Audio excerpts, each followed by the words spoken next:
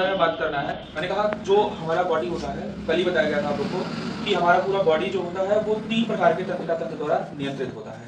एक होता है बेटा सेंट्रल नर्वस सिस्टम, एक होता है पेरिफेरल और एक होता है ऑटोनोमस। अब जो ये आपका सेंट्रल नर्वस सिस्टम होता है ये दो चीजों से मिलकर बना होता है। किससे किससे मिलकर बना होता है? एक आपके ब्रेन से और एक आपके मेरुरज या स्पाइनल कॉर्ड से मिलकर बना। फिर उसके बाद बेटा मैं बात करूं, अगर इसकी पेरिफेरल की बात किया जाए तो पेरिफेरल क्या होता है? जो मस्तिष्क और आपके स्पाइनल कॉर्ड से जो तंत्रिकाएं निकलती हैं, जो जाल निकलता है, तंत्रिकाओं का जाल होता है, वही क्या कहलाता है? आपका परिधीय तंत्रिका तंत्र या पेरिफेरल तंत्रिका तंत्र। अब जो मस्तिष्क से निकलती है तो उसे क्या बोला जाता है बेटा? कपाल तंत्रिका। और इसमें कितने जोड़ी होते हैं? 12 जोड़ी। मेरुरज की बात किया जाए तो इसमें कितने होते हैं? मेरुरज से जो तंत्रिकाएं निकलती हैं उसमें कितने होते हैं? 31 जोड़ी। तो हम कह सकते हैं ह्यूमन बॉडी में, ये पूछा गया सवाल है कि ह्यूमन बॉडी में कुल कितने तंत्रिका पाए जाते हैं, कितने जोड़ी तंत्रिका है? तो आपका कितना होगा?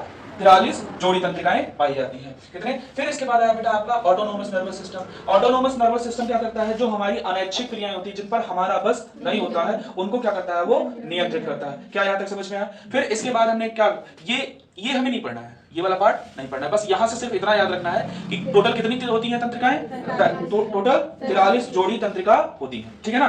फिर अगर हमको पढ़ना क्या क्या है, यहाँ पर ब्रेन पढ़ना है और स्पाइनल कॉर्ड पढ़ना है। ब्रेन की बात, अब ह्यूमन ब्रेन पे बात करें तो इसकी जो स्टडी होती है, जहां पर हम ब्रेन के बारे में अध्ययन करते हैं, उसे क्या कहा जाता है? न्यूरोलॉजी। अगर आप ब्रेन के वेट के बारे में बात करें तो एडल्ट मेल में कितना होगा? 1400 से 1450 सीसी, और एक वयस्क महिला जो होती है उसका 1300 से 1350 सीसी, और एक जो बच्चा होता है वो 300 से 400 ग्राम का मान लीजिए उसका होता है। तो आप देखिए ऐसा क्यों हो रहा है? क्योंकि बॉडी साइज के अनुसार इसका क्या देखा जा रहा है? ये जो आयतन देखा जा रहा है किसके अकॉर्डिंग देखा जा रहा है? ये आपके बॉडी साइज के अकॉर्डिंग देखा जा रहा है।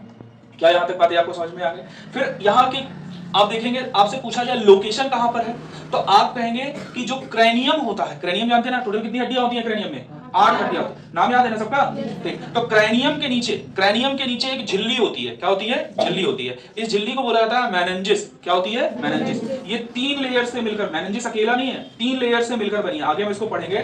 तो पहले क्रैनियम होता है, क्रैनियम के बाद एक झिल्ली होती है जो 3 परतों से मिलकर बनी होती है। उसके अंदर में हमारा क्या होता है? मस्तिष्क होता है। और ये पूरा आपका मस्तिष्क हुआ, और इसके नीचे एक मोटी सी बेटा आएगी, नब्ज आएगी, जिसे हम लोग क्या बोलते हैं? Spinal cord. ये स्पाइनल कॉर्ड आएगा, और जो हमने आगे पढ़ रखा है इसकी सुरक्षा तो क्रैनियम करता है, और इसकी सुरक्षा कौन करता है? आपकी जो रीढ़ की हड्डी होती है, कितनी होती है? 26। कितनी? 26। तो जो 26 होते हैं बेटा, वो ऐसे इनकी क्या करते हैं? सुरक्षा करते हैं। क्या यहां तक बातें क्लियर हो गई? समझ में आया? अब हम बात करें कुछ इंपॉर्टेंट फैक्ट की। तो इंपॉर्टेंट फैक्ट की बात किया जाए तो बेटा आपकी जब एज होती है 25 से 26 वर्ष होती है, तो आपका जो मस्तिष्क का जो भार होता है वो 2 से 2.5 ग्राम क्या होने लगता है? आपका 2.5 से 3 ग्राम क्या होने लगता है? उसमें कमी, प्रति वर्ष इतना कम होने लगता है। फिर सबसे ज्यादा फैटी ऑर्गन होता है कौन? आपका अगर पूछा जाए सबसे ज्यादा फैटी ऑर्गन कौन सा है, तो आपका जो मस्तिष्क है वो सबसे ज्यादा फैटी ऑर्गन। एक दिन में आपके मन में लगभग 70,000 विचार आते हैं। कितने? 70,000 विचार। और मानव मस्तिष्क जो होता है वो अपने पूरे संपूर्ण जीवन काल में एक मनुष्य द्वारा कितना? सिर्फ 2 से 2.5% ही ब्रेन का क्या किया जाता है? उपयोग किया। सबसे ज्यादा ब्रेन का उपयोग किसने किया था?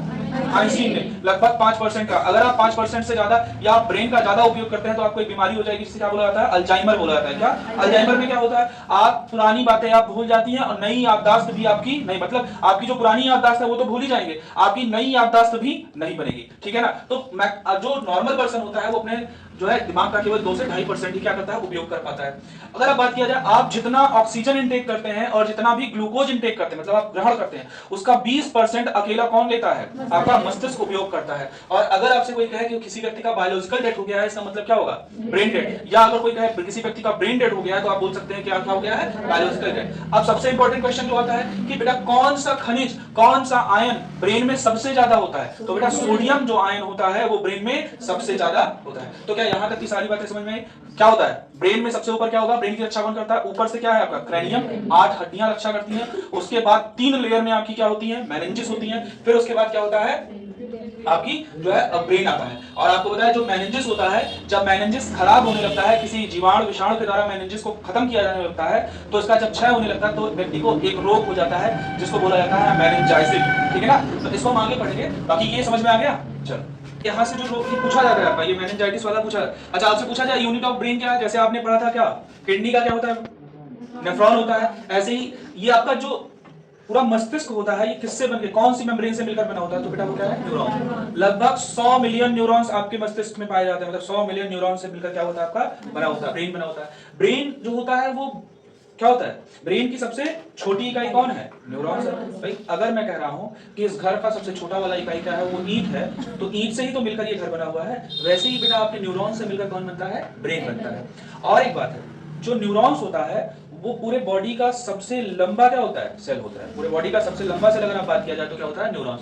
और ये इसमें एक सबसे बड़ी जो कमी है, इसमें पुनर्निर्माण की जो क्षमता होती है वो सबसे कम पाई है। सबसे ज्यादा किसमें पाई जाती है? लीवर वाली सेल में पाई जाती है। और आपसे पूछा जाए सबसे ज्यादा, सबसे कम पुनर्निर्माण की जो क्षमता है वो किसमें पाई जाती है? तो आप कहेंगे या तो वहां लिखा रहेगा ब्रेन सेल, तो ब्रेन सेल में लगा देंगे, या आप लिखा होगा न्यूरॉन्स, तो आप वहां क्या लगाएंगे? न्यूरॉन्स में लगाएंगे।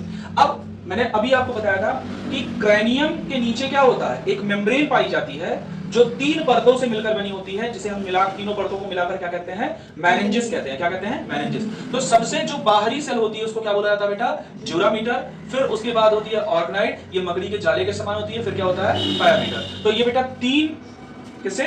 3 झिल्लियों से मिलकर या 3 परतों से मिलकर आपका कौन सा झिल्ली बनती है? मेनिंजेस बनती है, जो क्या करती है? आपके ब्रेन की क्या करती है? रक्षा करती है।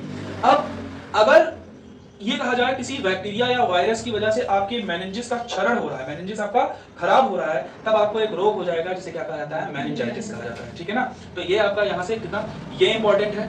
ठीक है, अब इसके बाद ये वाला इंपॉर्टेंट है, ये इंपॉर्टेंट है, ये इंपॉर्टेंट है। तो 4 क्वेश्चन यहां से आपके बहुत इंपॉर्टेंट मिल गए। ठीक है ना? इसके आगे कल पार्ट जो है उसको हम कल पढ़ेंगे। ठीक है ना? चलो।